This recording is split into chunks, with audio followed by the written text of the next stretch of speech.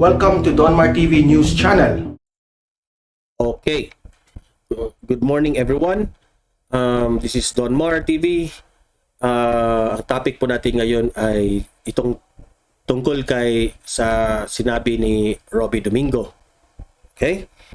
Mag-react at mag-comment po tayo sa kanyang mga sinasabi. Okay?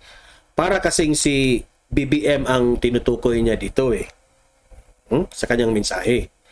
Pero wala tayong karapatan para manghusga sa kanya kasi wala naman siyang direkta na pangalang sinasabi.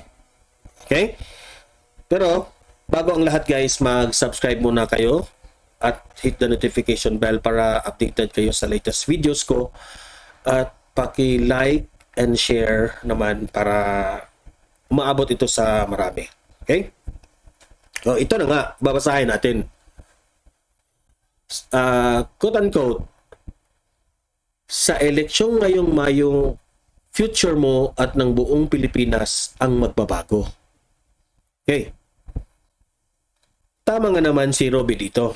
Okay? Kasi we should choose wisely kung sino ang iboboto natin dahil future to ng bayan natin. Okay? Ang presidency ay 6 years yan Diba? Tama siya dito. Okay. Next. I-eliminate mo na ang mga obvious na ito pa pala. Kaya intindihin na ang mga kailangan. Okay. We as a voter, we have to think kung ano yung mga kailangan natin. Yan ang sabi niya. Ikaw as a voter, intindihin ang pangangailangan natin at iboboto kung sino ang kandidatong makapagbigay nito. Diba? So, yun daw dapat iboto ayon sa kanya. Ang pattern ng kanilang mga mensahe guys ay pare-pareho kay Leni Robredo Diba? At yung makikita ko sa Facebook, parang pare-pareho ang pattern sa kanilang mga message dito. Diba? So, sabi niya, i-eliminate mo na ang mga obvious namang mali. Okay. Kung si BBM man ang tinutukoy mo dito, Rob, okay? Maitanong ko lang, ano ba ang mali ni Bongbong Marcos? Diba? Kasi wala namang ibang karibal si Leni Robredo kundi si Bongbong Marcos lang Yung iba nasa baba na sa survey, di ba? So on the final what do you call this one? Ang competition nito is between Bongbong Marcos lang at si Leni Robredo. Si Bongbong Marcos yung number 1 sa survey, pangalawa si Leni Robredo. Kaya nagbigay ka ng mensahe dito na tayong mga botante ay we should think, di ba? Parang ganoon itong mensahe mo na we should think kung sinong karapat-dapat nating iboto, di ba? Sabi mo, eliminate mo na ang mga obvious namang mali. Okay. For example, if si Bongbong Marcos ang tinutukoy mo dito, tanong ko lang, ano ba ang maling nagawa ni Bongbong Marcos? Diba? Okay? Lahat ng mga akusasyon dinaan sa korte o sa COMELEC kung meron man ang reklamo kay Bongbong Marcos. Diba?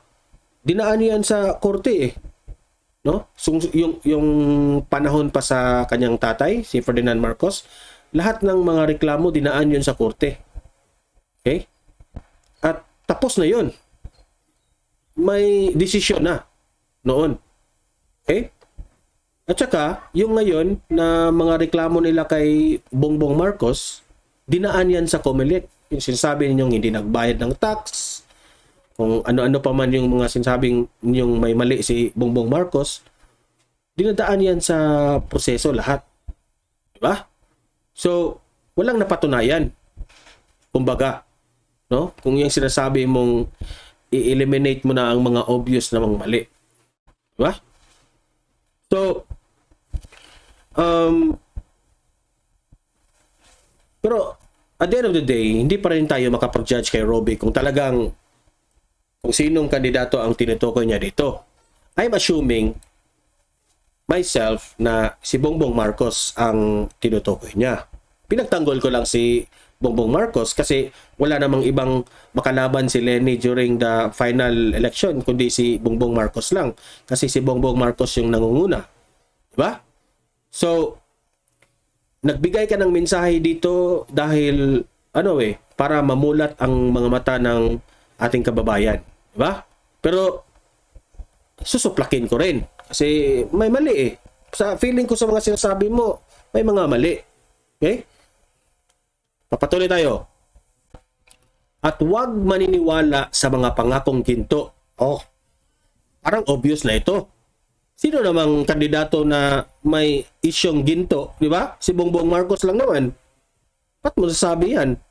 Na huwag maniwala sa mga pangakong ginto. Hindi ko narinig ever since na si Bongbong Marcos, walang, ever since si BBM never promise or nangako ng mga ginto-ginto. Literally na gold ginto. Wala siyang promises na ganyan. Ba't mo nasabi yan na huwag maniniwala sa pangakong ginto? Wala naman siyang pinangako eh. When it comes to ginto-ginto.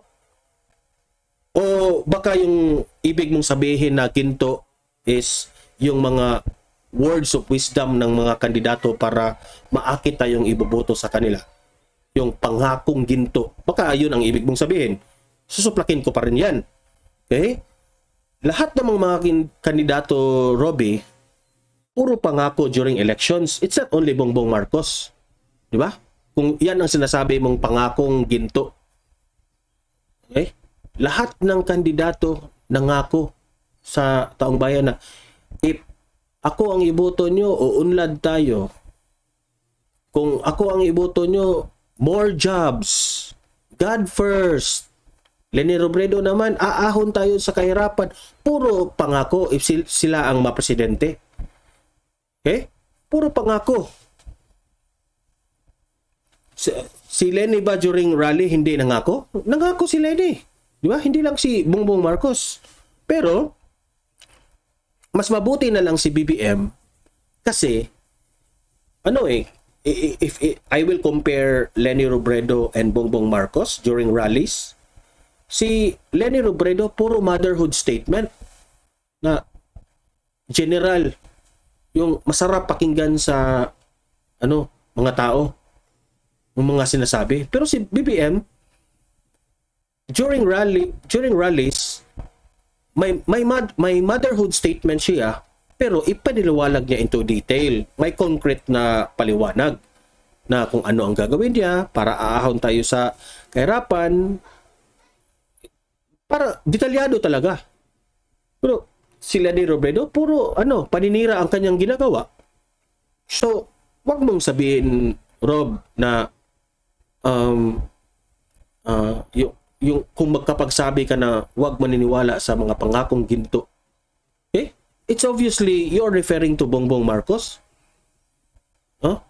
If I were to compare Leni Robredo and Bongbong Marcos, mas marami pang salita si Leni Robredo na puro naman motherhood statement, walang exact na na explanation kung paano niya i-solve yung mga problema natin sa bansa, diba? If tingnan mo yung kumakalat ngayon yan sa Facebook yung plataforma ni Bongbong Marcos. I know Leni Robredo also has a platform. Pareho lang yan lahat, diba? Kaya wag kang put ng statement na wag maniniwala sa pangakong ginto. Okay? Lahat ng mga kandidato nangangako yun lang So, para sa akin, okay na lang si Bongbong Marcos if I were to compare Leni Robredo. Okay? Let's continue. Doon tayo sa magaling. Doon tayo sa magaling. Are you referring to Leni Robredo? Magaling si Leni Robredo? Ha? Okay. Kung si Leni man ay magaling, bakit kung mananalo siya 1,707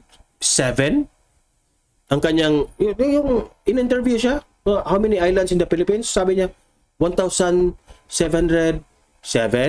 Oh.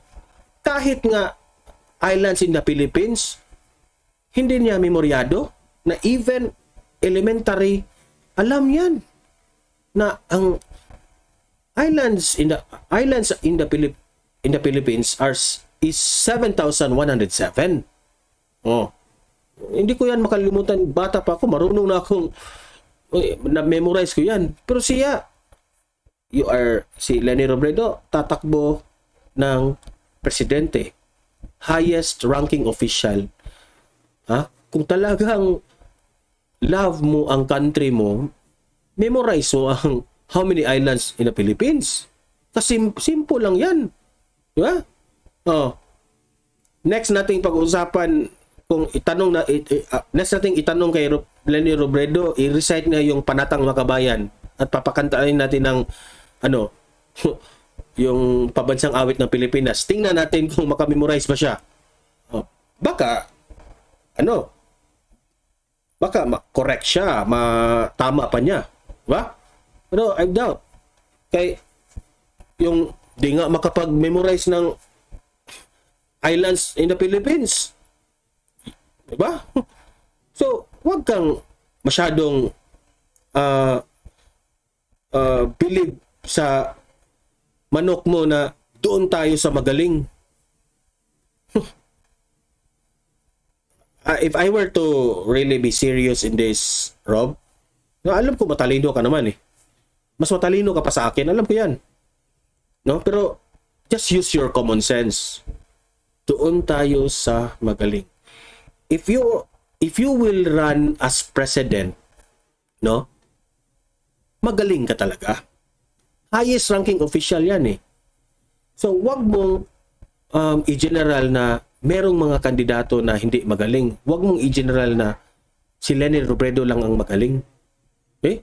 Lahat yan sila magagaling.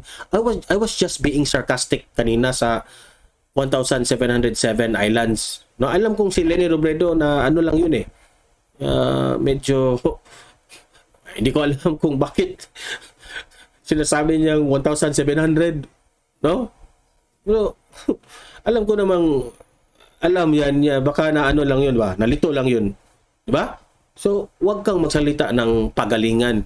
Kasi if you were to compare Bongbong Marcos, Rob, and your Leni Robredo, mas magaling si Bongbong Marcos, obviously. Di ba? Okay? Ang tanong, magaling ba si Leni Robredo sa foreign policy? Tanong ko lang yan ha. Hindi ako magbitaw ng statement.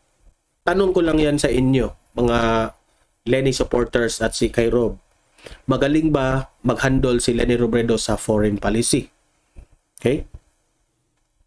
Can she be an architect of the chief architect when it comes to handling mga problema natin sa foreign policy? Kaya ba niya? Mas magaling pa ba siya kay sa ginawa ni Pangulong Duterte? Tanong ko lang yan ha. Tanong ko lang yan. Okay? Mas magaling pa ba siyang magdala sa mag-solve ng war on drugs? Okay? I hope Leni Robredo will win. No? Para ma-compare natin kay Presidente Duterte. Kasi wala namang ginagawa yan si Leni Robredo kundi kontra sa ating government. So, before you become an opposition sa government, talagang, kasi halos lahat ng ideas ng yung mga desisyon ng Administrasyon Duterte, tutol siya eh. So, gusto ko lang, ako curious din ako ba, kapag manalo itong si Leni Robredo kung anong ang magagawa niya sa Pilipinas. And let's compare it to Pangulong Duterte, no? Pero, siguro hindi naman ito mananalo eh. Kulelat survey. So, ganun ba? May thinking lang akong ganun. What if si Leni Robredo, kaya ba niyang tapatan yung kay Duterte? Di ba? So, magaling ba ang tanong ko pa rin, magaling ba si Leni Robredo sa lahat ng aspekto when it comes to presidency? Marami yan eh. Hindi yan puro salita. Okay? Yan ang tanong ko sa iyo, Robby. Kasi,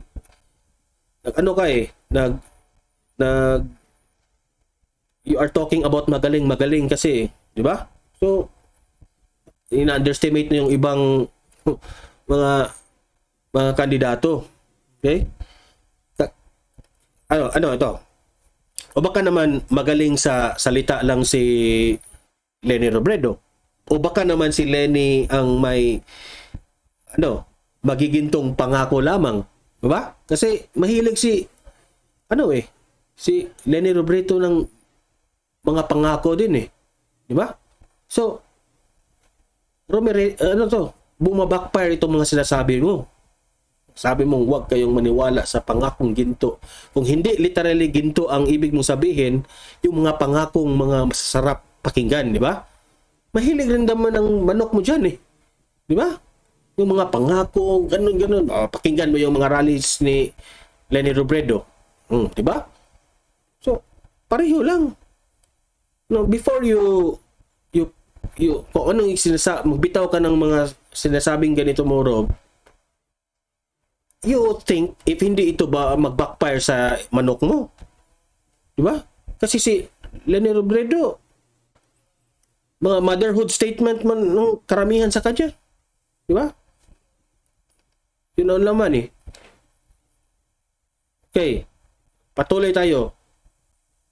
Okay. Pagkatapos yung sinasabi na doon tayo sa magaling, hindi sa sinungaling. Okay. Let's assume na si BBM ang tinutukoy mo dito. Okay. What are the exact words na sinasabi ni Bongbong Marcos na nagsisinungaling siya? Okay? Okay. What are the exact words? Kung sino bang tinutukoy mo dito? Yung patay na Marcos o si Bongbong Marcos? Obviously, yung buhay na Marcos, na si Bongbong Marcos, di ba? Kasi yung patay, hindi naman yung tatakbo, di ba? So, ba't mo nasabing hindi tayo sa sinungaling? Oh, may ebidensya ka ba? What are the correct and the exact words that Bongbong Marcos said na nasasabi mong hindi tama o nagsisinungaling siya? Yun lang. Okay?